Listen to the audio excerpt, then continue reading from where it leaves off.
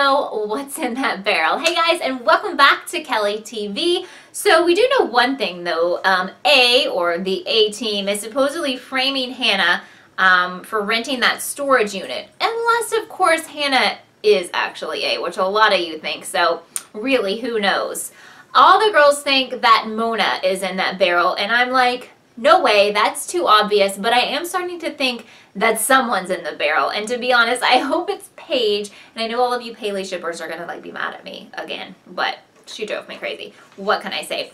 So Caleb saves the day by offering to corrupt those files that have Hanna's name on it for the storage unit, but you know how A is. A will find a way for all that stuff to come to light once again, so thanks Caleb, but I don't think it's gonna work. Emily thinks that Talia is crushing on Ezra, but we find out later that's actually really far from the truth. So, Ashley, girl, you're killing me. So Ashley's decided that she is not going to tell Pastor Teddy about the Jason thing, and we all know how that's going to turn out, because if Ashley doesn't tell, then A sure will, because A is always messing with Ashley more than any of the other parents. So, yeah, you're making a huge mistake here. So things are just not good in Spoby land. He's beyond tired of her playing detective, and it's just going to get worse from here, trust me. Officer Kavanaugh tells Tanner that he thinks someone tampered with Allie's lie detector, and I'm with you, Toby. I think that's a total possibility, but everyone is looking to Detective Holbrook, which I think, again, that's way too obvious. So I'm not sure who is the one that's playing games with them, but I do think probably someone on the police force is definitely corrupt. Toby's telling Tanner that Holbrook is the shady one, and she's like, you better not mess with your colleagues. So I don't know. What do you guys think about Holbrook? Aria finally lets Ezra know about the letter, but first she lets him know that she was accepted into Talmadge, which is a little bit weird to me considering how much Jackie doesn't like her, and she was, you know, blackballed basically from every other college she applied to. So at first when she tells him, he's like, yeah, okay, and he's like, I'm not mad, but just wait. Hanna has all the supplies that she needs that she thinks she can clean out that storage unit herself. Come on, Hanna. Of course she wants Caleb to help her. When Caleb tries to tell her that this is a bad idea, but in true Hanna fashion, she's not listening. Ashley is trying to get away from Jason. We all know that she's Team Ted now, and looks like she's going to accept that engagement, but there's one little problem with this. Jason is not feeling it. In fact, Jason's really feeling Ashley. Now, what I can't figure out is Jason totally into Ashley like he's acting, or is this part of a plan, a sinister plan? What do you guys think? Caleb and Hanna follow through with their plan to clean out the storage unit. Of course, they have to break in, and the girls get worried because they're just worried because it's really scary. So they follow them to check up on them. But someone actually beat them to that storage unit, and the only thing left in the unit now is that mysterious barrel.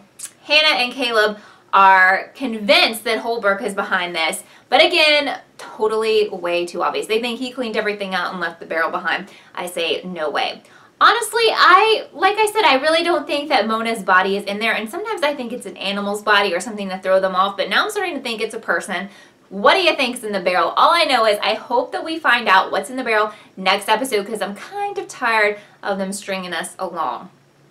So Hanna and Caleb are trying to leave the storage unit. They totes get busted by Detective Kavanaugh, or Officer Kavanaugh, and Tanner, and supposedly someone tipped them off anonymously. Well, hello, we know who that is. That is A. So that's how they got caught. And it seems that A has been eavesdropping on Caleb and Hannah's conversation about disposing of the barrel and all the stuff in that storage room. They were actually recorded on camera, and now it's playing back as the girls discover.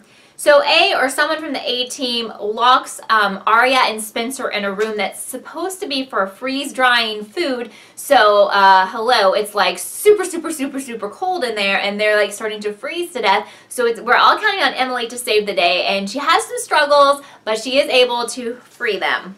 And this makes me think, like, there must be like an adult behind all this, because some of this stuff is just too beyond for like a high school student or someone like in their early 20s, or at least I think someone's parent is involved. Tanner and Toby finally get to open that barrel, and my hopes are all up because I'm like, oh my gosh, we're totally gonna find out what's in the barrel. They get the lid off. They said the smell is just disgusting, and that's as far as they get. Now, I didn't feel like they saw what was in the barrel. What do you think? Do you think they actually know what's in the barrel? Because Tanner's like, we're gonna have to call hazmat in. So please tell us next week what's in that barrel. But there is something very interesting there beside that barrel, and that is a drop of blood. So I don't know if A planted this blood there, most likely, or if it was a mistake. But it's probably going to be linked to one of the liars to frame one of them, probably Hanna, for Mona's murder, if it is Mona or whoever it is in that barrel. So this drama with Ashley kind of getting on my last nerve, because Jason just won't quit it. Like, he just can't quit Ashley. He actually kisses her again, and she's like, whoa, like, we can't do this. I'm going to marry the pastor. We got to stop. And I don't know if he's going to go, like, all Fatal Attraction. That is a really old reference. Most of you probably don't get that. I'm throwing it way back there. But Fatal Attraction is about this person who has, like, who goes completely crazy because she can't have who she loves. So I don't know if he's going to, like, kill people or what, but he seems addicted. So last week I told you that I was wondering about Talia.